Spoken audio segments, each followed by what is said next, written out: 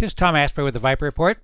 In last weekend's video, I discussed a technical outlook looking to this week's CPI report and whether that would cause stocks to break out to the upside or to the downside. Well, that long-awaited report came in a bit better than expected, so that gives Fed Chair Powell likely some room to pause raising rates, which is what the market bulls have been looking for. This map from Bloomberg shows you where inflation is the strongest and where it's the weakest. So there are some encouraging areas. On the Viper Report page, I have posted a latest video we did on growth versus value. Pretty insightful. It's been on the homepage of the Viper Report. I've also posted last week's video on growth versus value. Our analysis has been favoring growth since the start of the year. That's why the NASDAQ 100 is up 18%, not the other averages.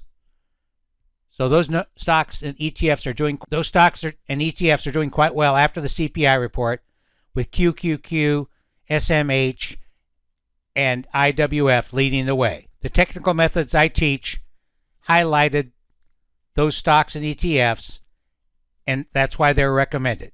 If you'd like to learn more about technical analysis and how the markets work, go to the Viper Report. You can see the special offer for traders and investors. It's a $199 offer for 90 minutes of one-on-one training with me. A lot of my clients more successful once they learn how the markets really work. So if you want to go to the Viper Report and sign up, that'd be great. Once you pay through PayPal, we'll set up a call with you on the phone to discuss how I can help you. If you decide I can't help you or I don't think it's a good fit for you, we'll just refund your money. Leading testimonials for some of the best technicians in the world will show you why this is money well spent. Let's get on to the video. This is Tom Asprey with the Viper Alert Market Wrap video for the week ending May 5th. Just found out from a couple of subscribers they didn't realize we had a YouTube account, so maybe they're not the only ones. You can go to Viper Report under YouTube, and we have a number of past videos, instructional videos, market commentary, one we did just recently on the stochastic confirmer, etc. So there's quite a bit you can look at, and how to set up indicators on stock charts, etc., which you may find useful. In fact, the one I just finished earlier on Saturday about growth versus value is now up in the Viper Report, and I think you'll find it quite valuable. Understanding and following this relationship, many of you can read back when we started looking at this top here in November, and it tells you which ETFs or stocks should have the best potential. Well, it was quite a crazy week again. Lots of economic data and the FOMC that, of course, caused a sharp sell-off on Wednesday and early Thursday, but we regained a lot of that action with Friday's powerful gain, but still a mixed close. You can see the Dow is down 1.24, NASDAQ 100Q is just up barely, S&P down 0.8%, transports up 0.72. There's some interesting stocks in the transports I'm looking at. Utilities are positive. Gold was positive, though it closed. As I noticed in Thursday's commentary, there's been some deterioration in the advanced decline indicators.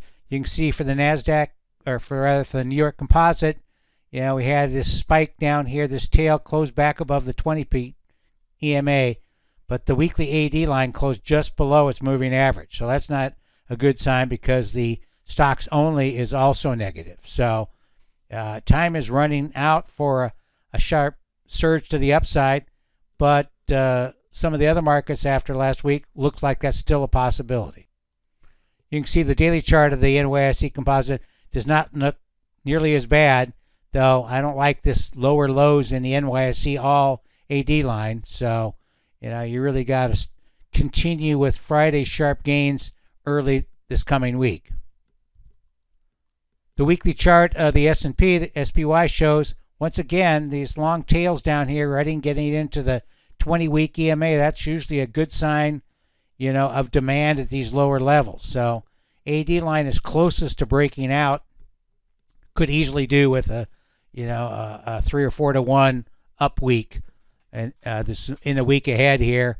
And you can see, of course, we have a bunch of hurdles next week, which is a CPI number, since we finally got the jobs report out of the way. If you look at the daily chart of the SPY, you can see nice little bottom down here, held this support 3 times. Okay, so now it's got to get through on the upside. No surprise that the QQQ looks the best. Still in a positive trend here. Also had a low here of 309.89, and last week we got down. We hit the first buy level, pulled the second one since I didn't really like Wednesday's close, but it looks like it could still get up through towards this high here at 334.42, upper channel for 347. AD line is positive, not impressive. It's just been kind of flatlining. The RS does look much better. It looks like Qs are still a market leader. So if that means if the S&P declines, the Qs are less likely to decline less. If we flip this to a daily, it does look more positive. You can see the daily is flipped back to positive here. You can see fairly tight range in here. And once again, the daily RS analysis is also positive. My concerns a few weeks ago about crude oil helped me to avoid buying a pullback, which was a good idea. You can see that right after the high here, this was the first setback here. So this was sort of the key point, closed below the 20-week. And then by this point, the 20-day EMA was declining. That was negative. OBF was negative, and as was the HPI, right pretty much close to the top. It dropped below its moving average a couple days after it, and it's now negative. So still, I think they're very oversold. So we could see a bounce in some of the energy stocks and ETFs, but I don't see signs of a bottom yet. Looking at the other AD line analysis, you can see the S&P shows a very similar formation. So now you'd like to see a couple of days of strong numbers to break it out above this high and the high here from February. Stocks only continues to look the weakest, lower lows. So it's not now has to get above this peak. And the all, also lower lows, but shows this key resistance here. And, this now becomes the key support to watch. If we were to break below that, then I'd have to turn more negative on the market. So the VIX has picked up some steam. I'm really surprised by the put-call ratios. This is the total put-call, 0.95. So, slightly, more calls than puts. And down here you can see the put-call ratio on the index plunged. So it's easier to be bullish when the put-call ratios are up here like 1.5 or up in the 1.4 area. You can see that they were back in 29. So, that's something to keep an eye on. So there doesn't seem to be a lot of bearishness amongst the option traders here. And, if you want those symbols, you can see the total put call is $CPC, and the index only is $CPCI. Looking at the high-low analysis, it's hasn't got any more negative. It was a little concerning. We talked about last week this pickup above 400. We had another new high on Thursday, and so you'd like to see this pull back. But the new highs are also holding up pretty good around 99. So, 125 to 150. I'd like to see a move above that to confirm, a positive market. Some very interesting signs from the growth value relationship. This chart shows you the weekly relationship of the IWF, the Russell 1000 growth, to the IWD, the Russell 100 value. And we had mentioned last week that it was starting to turn higher.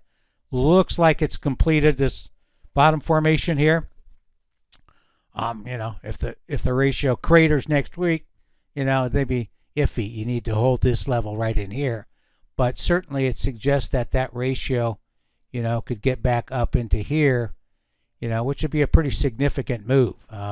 If you think about it, you can see how it was at 1.386 at the start of the year and rallied up to 1.672, and now it's at 1.627.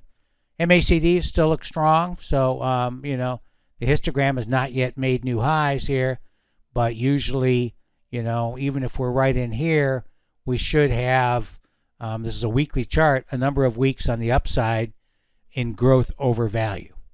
Looking at the sectors, you can see pretty much very little in the green here for the week. Healthcare, let's search it this way. Technology, utilities, healthcare slightly up. XLP, staples, everything else is pretty much on the downside. Energy, of course, got cratered here, and the XLC, which had been doing pretty well, it had a rough week, down 2.62%. Another interesting feature stock charts just did, and I'll probably incorporate it into a future presentation, is if you go up to the summary here and you go down to performance, I think I've mentioned this once before, you'll see how each of these ETFs did against the S&P 500. So, of course, one day, as a little, you can see what happened on Friday. So, XLE oversold, it bounced.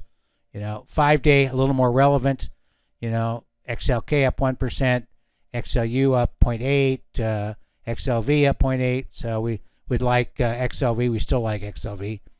And then, of course, you go into the 1 month performance, a more important trend. You can see XLP, is the leader, then XLK, then XLI, and on the downside, you can see it's been really a rough time for the energy ETF.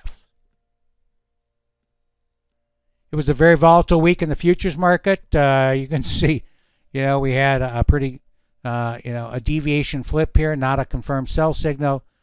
Confirmed sell signal here, and that took you down. We have a sell signal here that always hits the second downside target. Means that there's less there on the table. And of course, we moved sideways here, plunged, of course, on Wednesday afternoon in reaction to the Fed press conference. Nice little bottoming here on Thursday, and then flip back to positive on the close. So the 260 analysis is positive as of the close at roughly 41.49, with targets at 52, 41.75, and 42.22.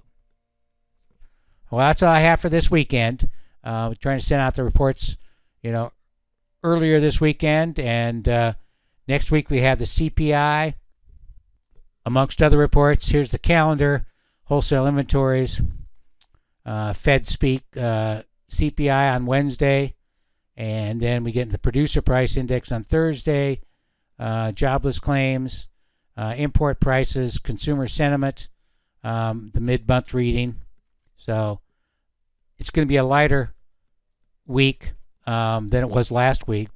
Last week we had a combination of very important economic reports, decisions, and next week should be lighter. And results, still some earnings coming out. So that's all I have for right now. Hope you have a nice weekend, and hope you have a good week of trading.